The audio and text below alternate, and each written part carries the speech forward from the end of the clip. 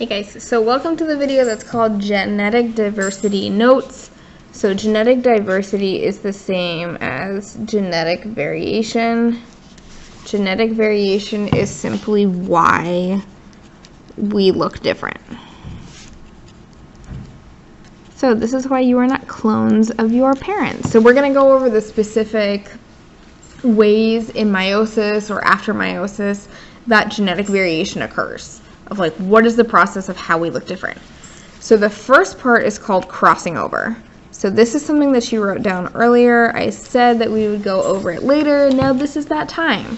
So crossing over occurs during prophase 1. So this is what happens when homologous chromosomes kind of pair up. And remember, chromosomes are just made up of a bunch of genes. All right, so every chromosome has its unique set of genes, and on every single chromatid, I have a version of a gene called an allele. So an allele is simply a version of a gene. We're going to talk a lot more about this later.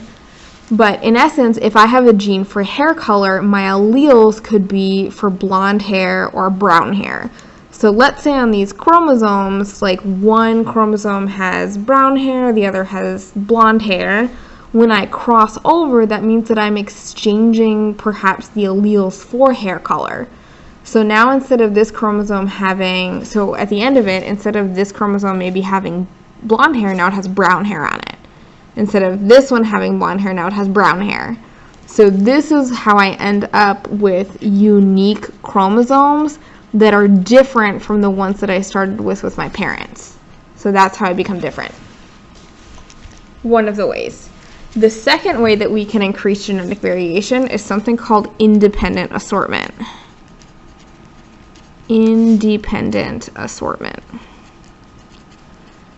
So this is something that happens during metaphase 1. So we know that we're starting with all of these chromosomes and then they get split up into 4 different gametes at the end of meiosis. Well, independent assortment is basically just saying in metaphase 1, when I have my homologous chromosomes that line up, there's nothing that tells these chromosomes how to line up.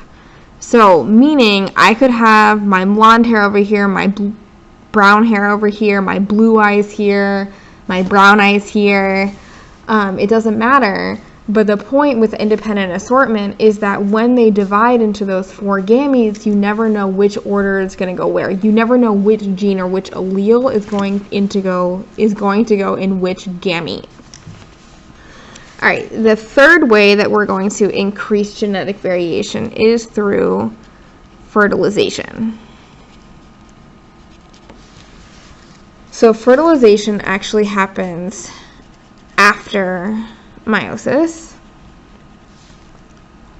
and this is when the egg and the sperm come together. So basically this is saying that I'm increasing genetic variation because, like, meiosis, just one round of meiosis produces 4 different gametes, right? And then I'm doing this over and over and over and over again. And same with sperm. I mean, there are thousands of sperm that are produced depending on what organism that you're talking about, and all of them have different combinations of genes. Like, all of them are different, so you never know what you're going to get, and especially the combination of all of these genes, that can also make you different. So there are a couple of things that could go wrong when this happens, when the egg and sperm comes together. Sometimes there's malfunctions, and one of those malfunctions is called non-disjunction. So non-disjunction is when there's a failure to separate the chromosomes.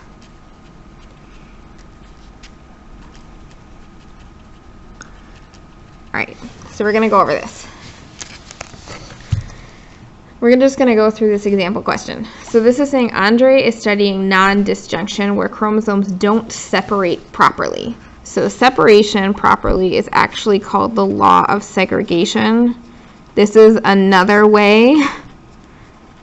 This is another way to increase genetic variation. So this is during anaphase.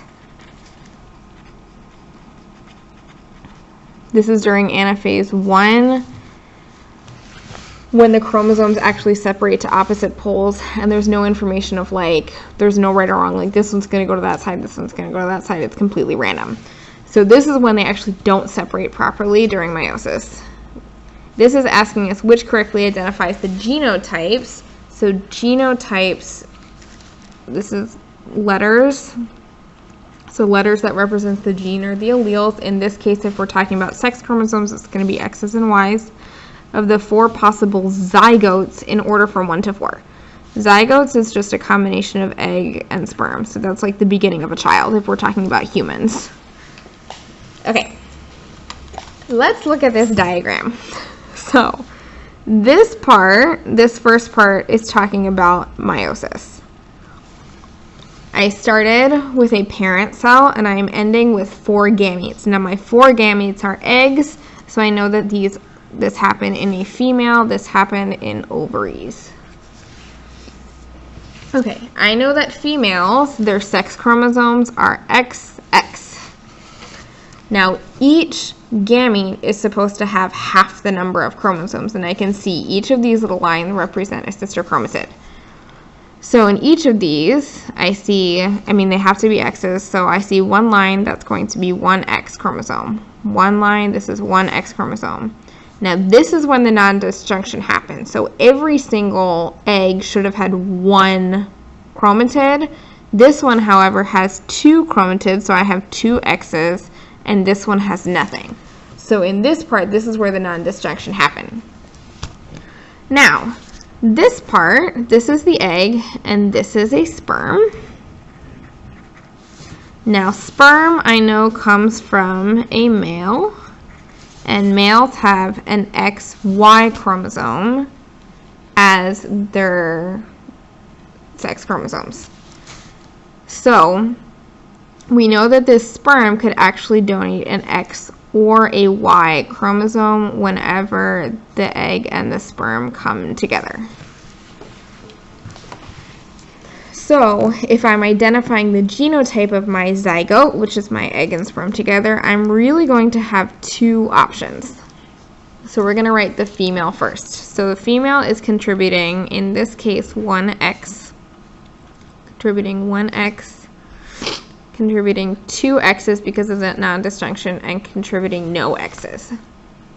All right, and I'm going to write that for option 2. You're going to see why in a minute. Okay, so we just did female. Now males are actually the one who determine the sex of the baby. It is not the female, because females can only contribute an X chromosome. Males can contribute an X or a Y chromosome. So we're going to see what would be the genotypes if the sperm contributed an X chromosome. So if the sperm contributed X, that's this first line, then I would add 1 more X to all of these. Now if it contributed a Y chromosome, then I would add a Y to the end of all of these. This is 1, 2, 3, and 4. All right, now I'm going to match my possible genotypes to these options here.